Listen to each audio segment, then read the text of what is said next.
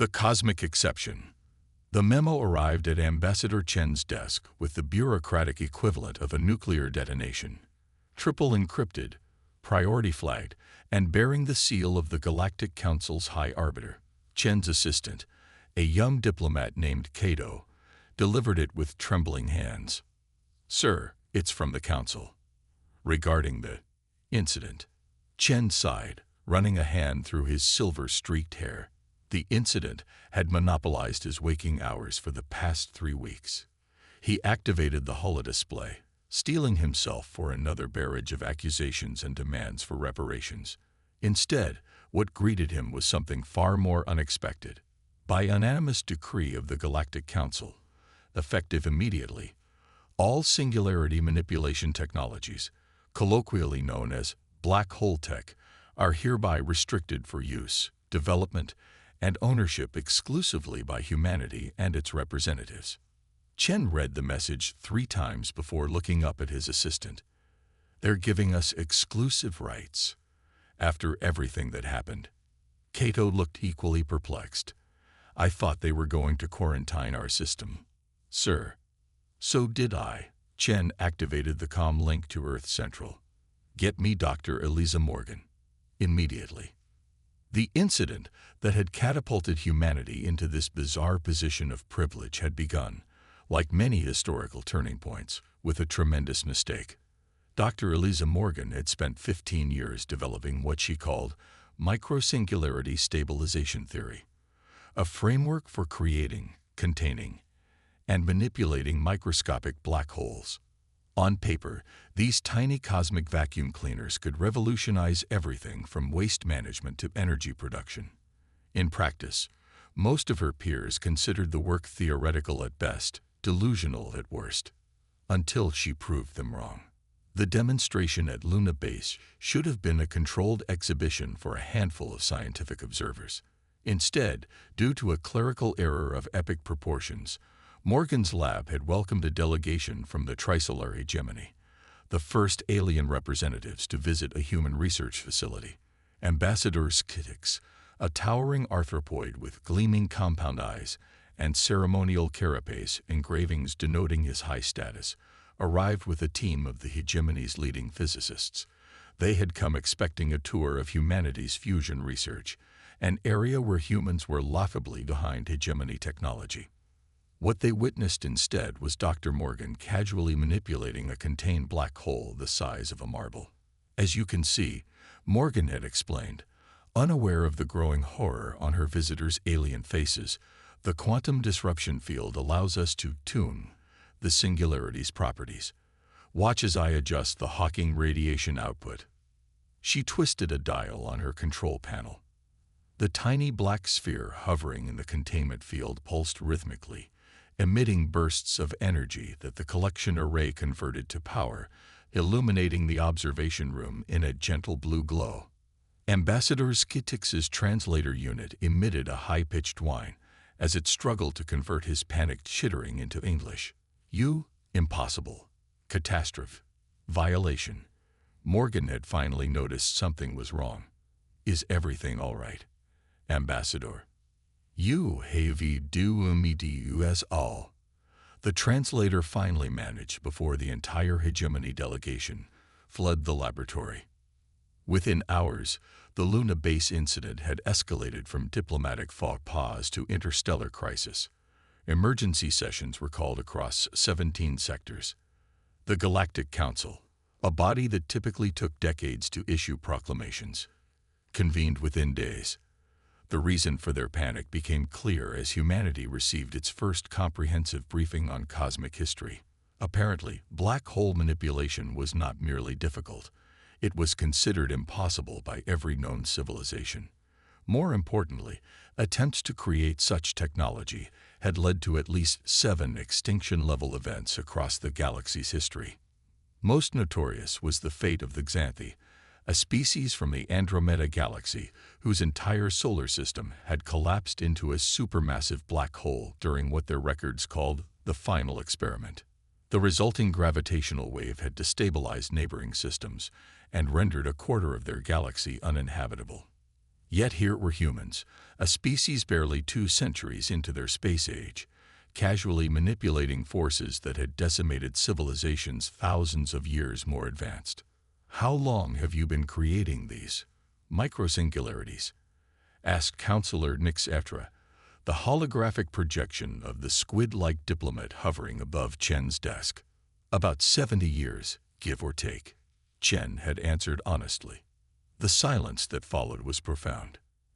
"And how many accidents have occurred during this time?" Chen consulted his notes. 3 minor containment failures, all safely resolved. No casualties. 1 incident in 2087 resulted in the loss of a laboratory, but the black hole dissipated once it ran out of mass to consume. Another long silence. "Ambassador Chen," Counselor Nix Atra finally said, "your species seems to possess an intuitive understanding of singularity physics that defies explanation. Our scientists would like to understand how this is possible." Which is how Dr. Morgan found herself undergoing a battery of tests at the Galactic Science Academy on Proxima Centauri IV. For 3 weeks, she demonstrated human black hole technology while being studied like a fascinating laboratory specimen. The tests ranged from the straightforward, recreating her microsingularity experiments under observation, to the bizarre. "You want me to what?" Morgan asked, staring at Chief Scientist Klaxon. "Describe, in emotional terms, how the singularity feels to you," the avian scientist clarified, adjusting his feathered crest. Morgan frowned at the contained black hole floating in its field. "It doesn't feel like anything. It's a black hole." Klaxon's translator conveyed his frustration. "Yet you manipulate its properties as if communing with it. None of our species can do this without catastrophic results." After days of tests, Morgan grew impatient.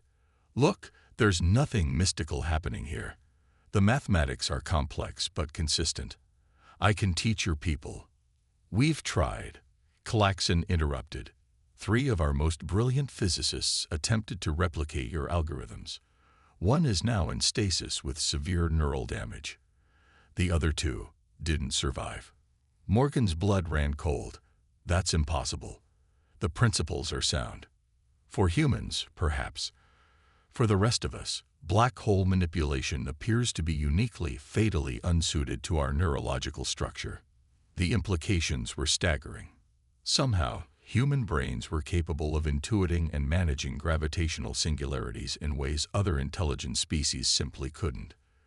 Whether through evolutionary accident or cosmic joke, humanity had been gifted an exclusive talent for harnessing one of the universe's most destructive forces.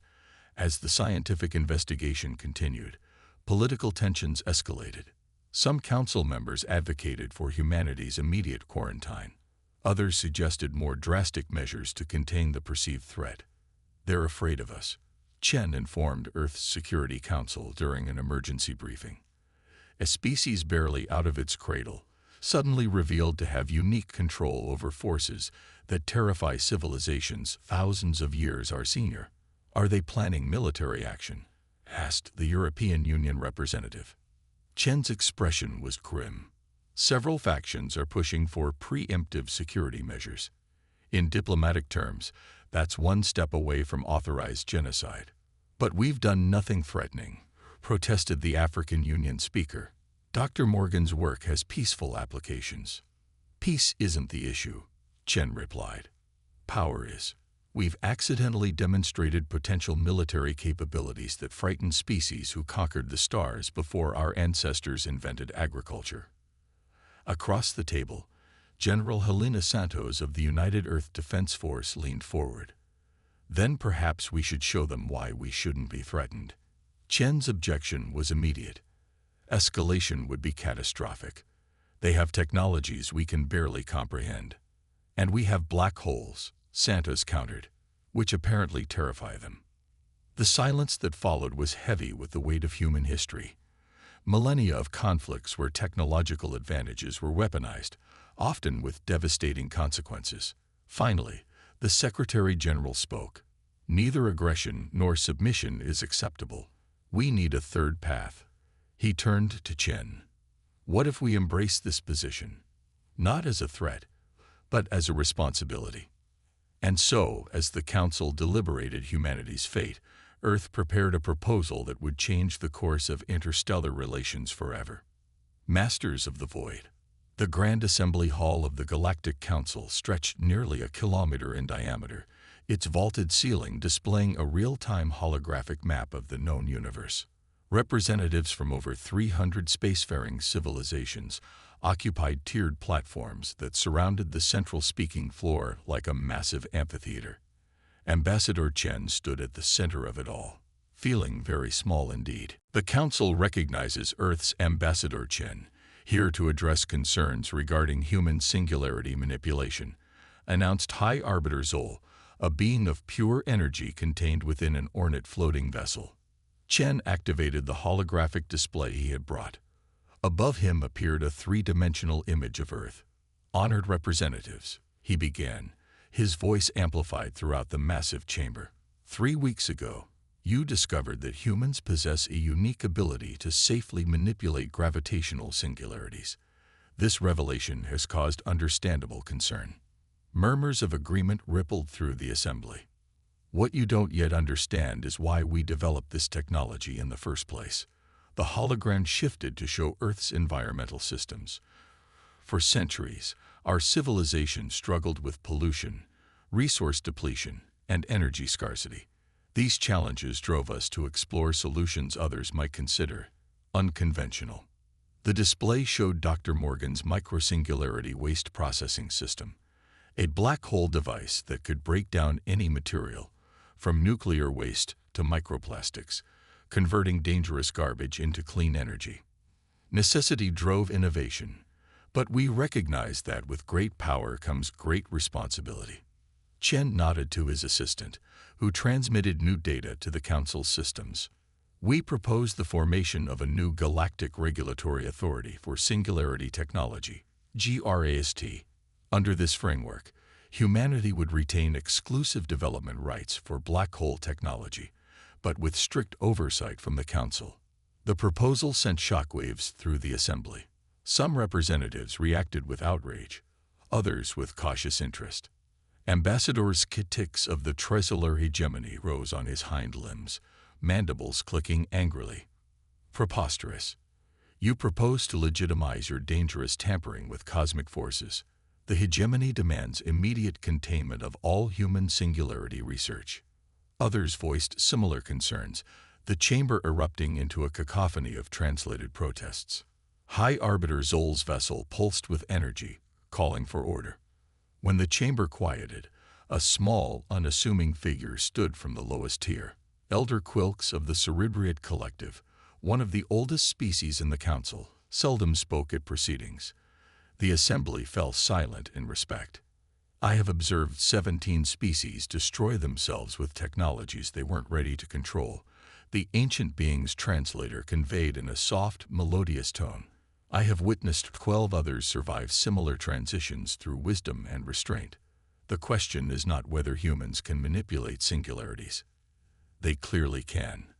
The question is whether they possess the wisdom to do so responsibly. Elder Quilks turned multifaceted eyes toward Chen.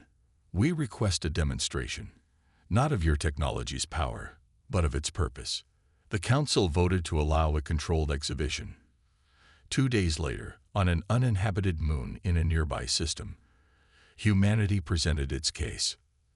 Dr. Morgan had assembled a team of Earth's leading specialists in black hole applications.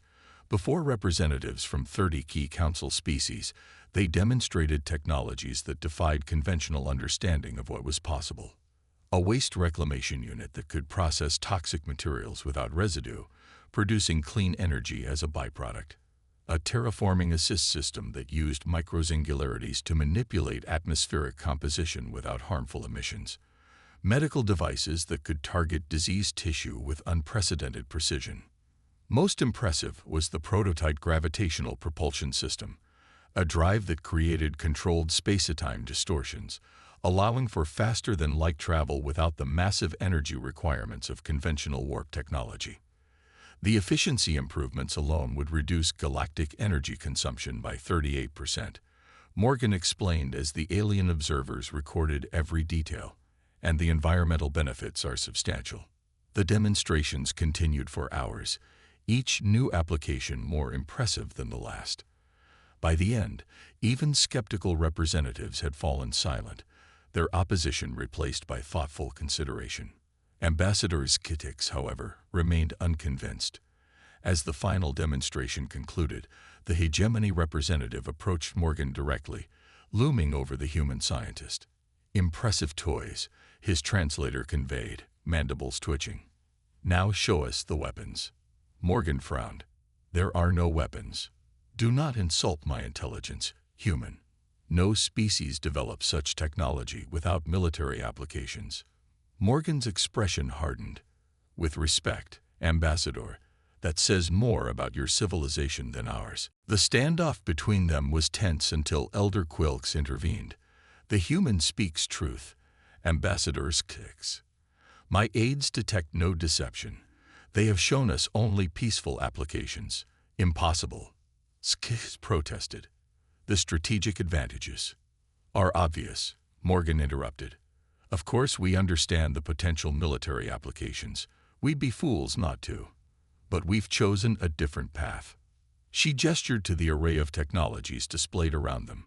"Yes, we could create weapons of unimaginable destruction.